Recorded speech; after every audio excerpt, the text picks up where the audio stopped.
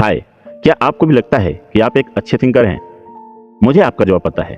आप कहोगे हाँ, मैं एक अच्छा थिंकर हूँ। तो आज इस वीडियो में हम आपसे इसी बात पर चर्चा करेंगे कि हम क्लियरली कैसे सोचें किसी भी चीज़ के बारे में। हम एक अच्छे लेवल के थिंकर कैसे बने, जिससे अपने लक्ष्य को क्लियर कर सकें। देखिए, इस दुनिया में लगभग सभी लोग सोचते हैं कि वे एक अच्छे विचारक हैं, यानी एक बेहतर थिंकर हैं। वे हर एक कार्य को सोच समझकर क्लैरिटी के साथ करते हैं, लेकिन वास्तव में बहुत कम लोग ऐसे होते हैं जो एक अच्छे विचारक एवं कोई कार्य क्लैरिटी के साथ करते हों। एक सच्चा एवं महान विचारक लगातार आगे बढ़ता रहता है और लगातार विकसित होता रहता है अपने क्लियर विजन और क्लियर थिंकिंग के कारण। इस आधार पर अब आप अपने चारों ओर एक नजर डालें। आप कितने लोगों को जीवन में आगे बढ़ते हुए देखते हैं? आप कितने लोगों को एक समस्या के बाद दूसरी समस्या को सुलझाते हुए देखते हैं?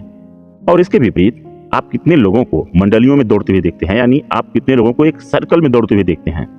आप कितने लोगों को देखते हैं जो अभी भी उन्हीं समस्याओं को हल करने की कोशिश कर रहे हैं जिन पर वे वर्षों पहले काम कर रहे थे?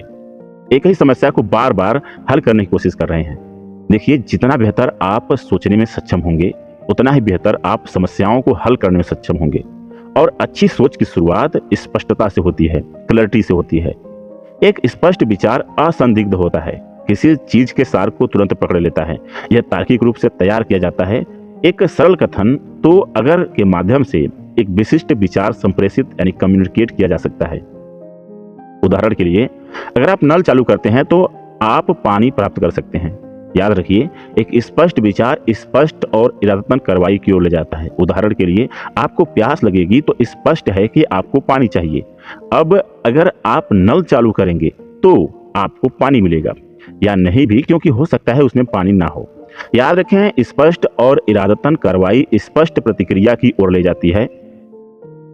जब आप नल में पानी की जांच करने जाते हैं तो आपको तुरंत पता चल जाएगा कि आपका मूल विचार सही था या नहीं, या तो पानी निकलेगा या नहीं निकलेगा। और क्योंकि स्पष्ट प्रतिक्रिया आपके विचार को सिद्ध या असिद्ध करती है, या दुनिया के बारे में आपकी समझ को बेहतर बनाने में मदद करती है। या तो आपको पता चल जाएगा कि दुनिया के बारे में आपकी समझ सही है या गलत।